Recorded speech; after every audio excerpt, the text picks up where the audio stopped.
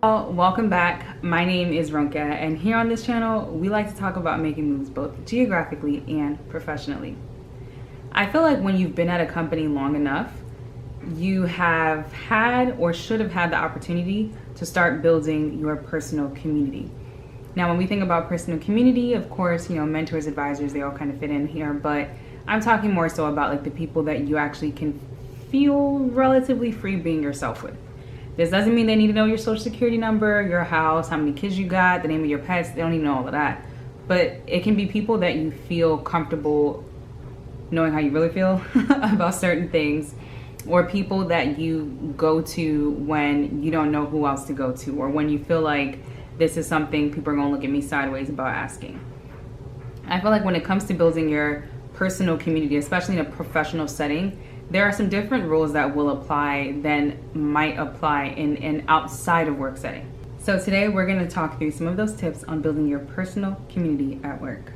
Number one, members of your personal community don't have to be your BFFs or even really your friend like that. The purpose of having a personal community is to have people that you know and relatively trust and can feel comfortable around. This can be someone that you feel comfortable asking the stupid question that you don't want to ask your project manager. This could be someone that y'all don't really talk, but you're on the same initiative and you feel the initiative is not quite accomplishing what it ought to be accomplishing, or someone that fits so many other different buckets, but they don't have to be your friend. Don't feel that you have to know everything about this person before they can be a part of your personal community. Now, of course, if they are not your friend or they're not someone that you're super close to, I would just, of course, err on the side of caution by not telling them too much about my personal life. And of course, always keeping everything professional. But you don't have to be best of friends with someone before they can be a part of your professional and personal community. For example, I have a coworker who we were on the same project, and we just vibed really well. Like, we actually just got along really well. Now, this is someone that, when we both talk, we would just say, yeah, we don't really tell nobody our business, or, we kind of limit who we share certain information with.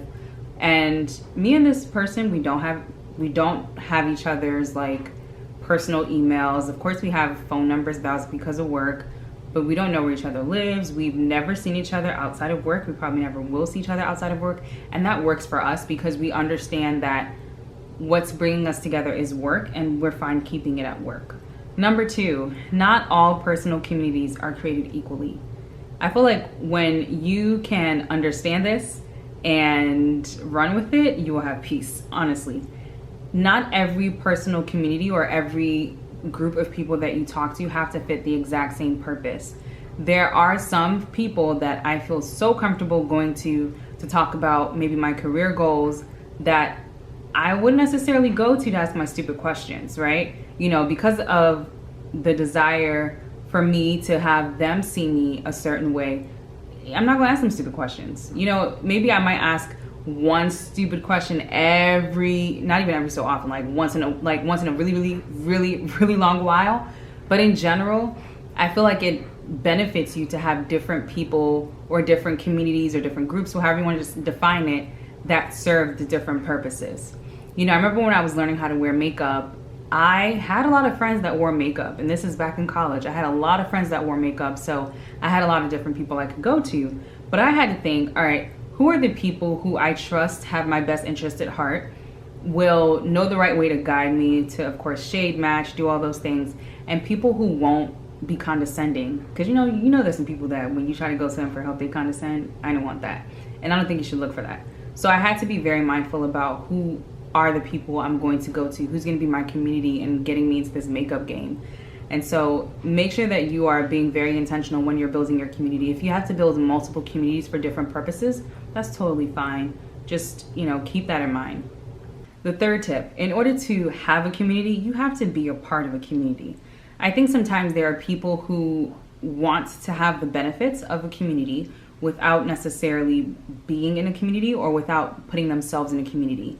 In the same way that you want to find someone that you can go to ask your stupid questions, that person that you're going to, they should feel comfortable to come to you, should the opportunity arise, to ask their own stupid question, or someone else that they can send your way to ask a stupid question. I think that at times, some of us, we want to, of course, like I said, take advantage of having a community or support, but then we're not willing to reciprocate. And I feel like you have to. You know, you eventually, over time, especially if you are the one that is, you know, providing community and someone else is not reciprocating, over time you'll notice and you might just eventually stop being that support that they need. You know, for myself, I met someone and this person, you know, they had a lot of questions and they were just trying to get settled into a project, and I was able to give them some insight. But then when I now joined the project, it was like, yeah, girl, what's going on? You know, and I felt comfortable going to this person because they had already been that community support for me. And I know that they felt comfortable kind of talking me through things because when they needed it, when they were first joining the firm, I was able to support them a bit. So it's really important to make sure that whatever you're expecting, you're also giving. Number 4, y'all know I love mentors and advisors, okay? I think mentors and advisors and coaches, whoever may be, I think they need to be part of your personal community. You want people that you feel comfortable with, right? So if you have some sort of work situation that arises and you want to get perspective, this is something you might take to your mentor and say, you know what, I was in this call, X, Y, and Z thing happened. How should I approach it? Or how should I have handled it? I feel that when we think about personal community, sometimes we get so caught up in building communities at like a peer level that we forget to think about the mentor level or the advisor level or just building those relationships with higher ups. It's important to have those people in your community, whether they're serving as a mentor or whether it's just someone that you speak to on a regular basis, because ultimately, if you are looking to get promoted, if you are looking to get certain opportunities, these are the people who are more than likely the decision makers. And so if they are a part of your community, they know who you are, they have an understanding of your interests, it benefits you in the long run. I've always had some sort of mentor, whether internally or externally. But when I think about internally, even if I haven't had a mentor, I've at least had someone that I could kind of run to with issues or someone that I can kind of raise things to.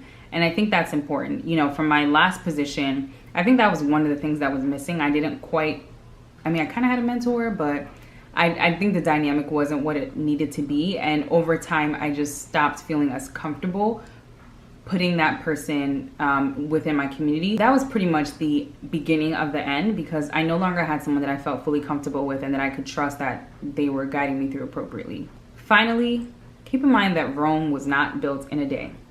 You cannot start at an organization, starting from scratch, don't know anyone there, and build a community in a day. You might not even build your community in a month or even in 6 months. You want to get your balance into your organization in terms of what you're supposed to be working on, but you also want to get familiar with people. You want to get familiar with people's work styles. You want to get familiar with people's personalities because some people ain't really what they present themselves to be, just to be honest. So I think that when you give yourself time to get to know people, get to know your work, get to know yourself and how you function in your organization, it'll help you when it's time for you to really start building that community.